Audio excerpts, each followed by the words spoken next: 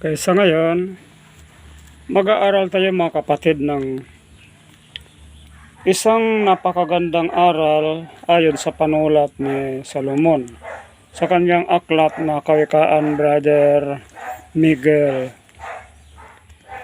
Ang kinakailangan natin ngayon sa pananampalataya, karunungan, brother.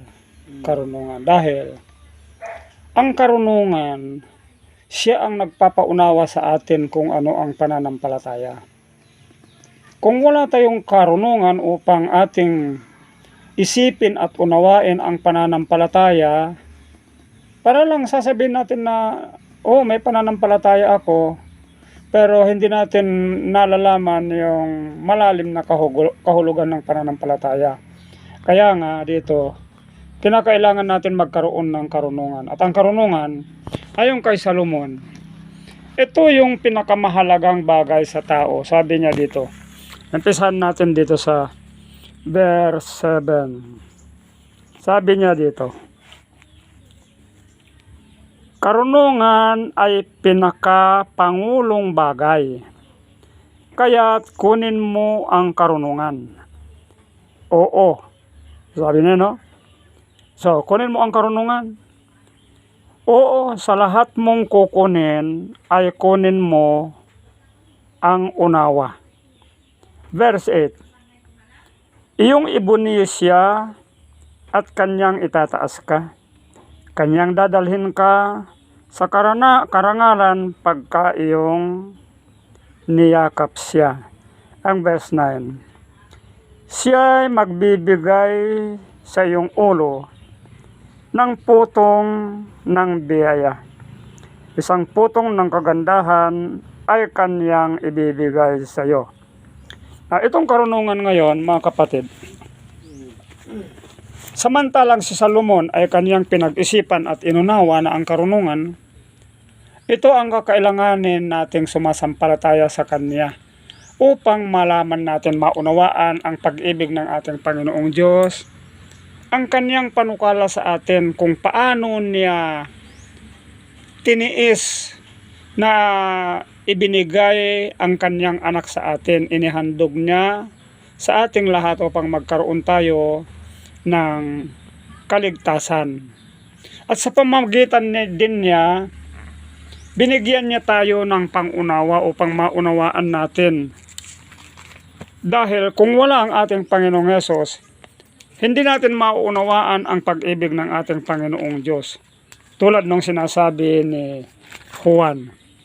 Ang sabi ni Juan, ipinaunawa niya sa atin na kailangan nating makilala at maunawaan ang pag-ibig ng ating Panginoong Diyos at tumahan tayo sa pag-ibig na yon. Sabi niya dito, mula sa libro ng unang Juan, chapter 5, verse 20. Ang sabi niya ganito, at nalalaman natin na naparito ang anak ng Diyos at tayo'y binigyan ng pagkaunawa upang ating makilala siya na totoo at tayo'y nasa kanya na totoo. Sa makatuwid ay sa kanyang anak na si Jesucristo. Ito ang tunay na Diyos at ang buhay na walang hanggan. Binigyan niya tayo ng pangunawa sa pamagitan ng ating Panginoong Hesus, Brother Miguel.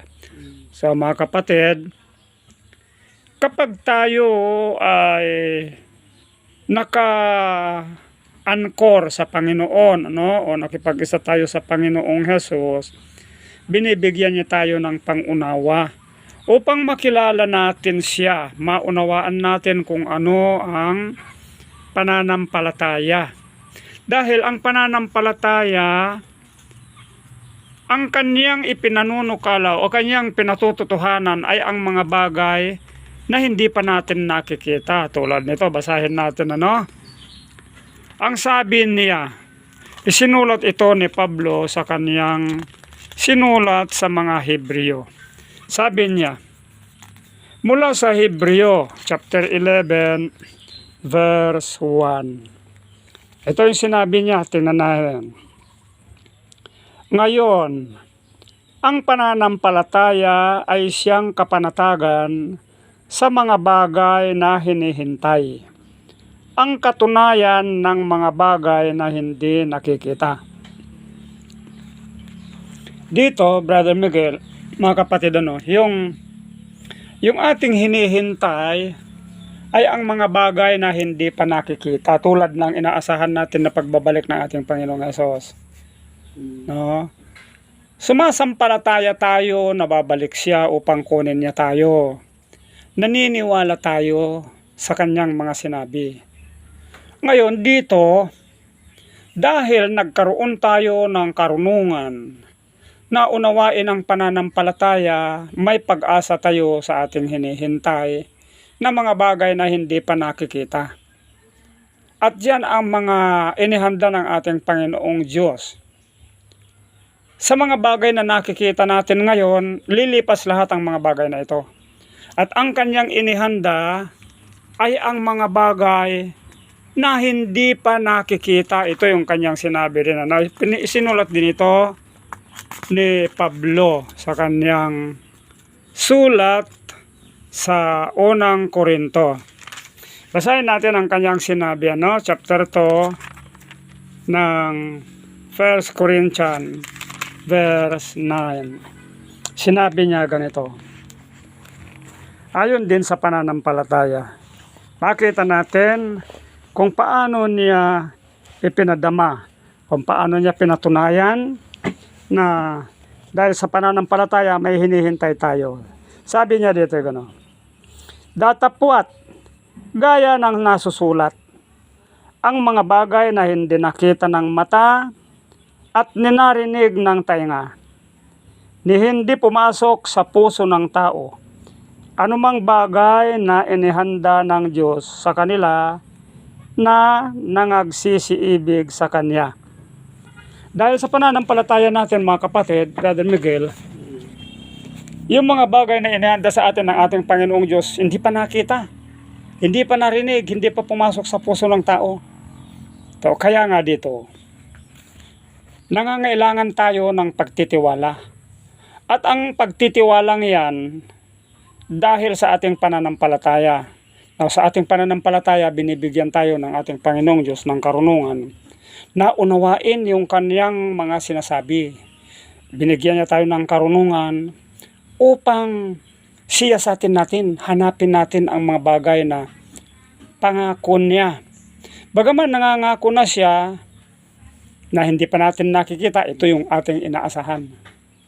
Kaya, pagdating natin sa langit, mga kapatid, Brother Miguel, mayroong napakalaking sorpresa na inihanda sa atin ng ating Panginoong Diyos. Dahil, tulad nung, halimbawa, ano ang titirhan natin doon? Mayroon na tayong titirhan, sabi ni Jesus, pero hindi niya sinabi kung anong klaseng bahay.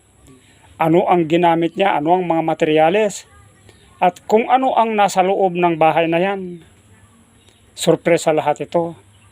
At sino yung mga makakasama natin doon. At higit sa lahat, ang ating Panginoong Diyos mismo ay makikita na natin. Then, makakapiling na natin siya.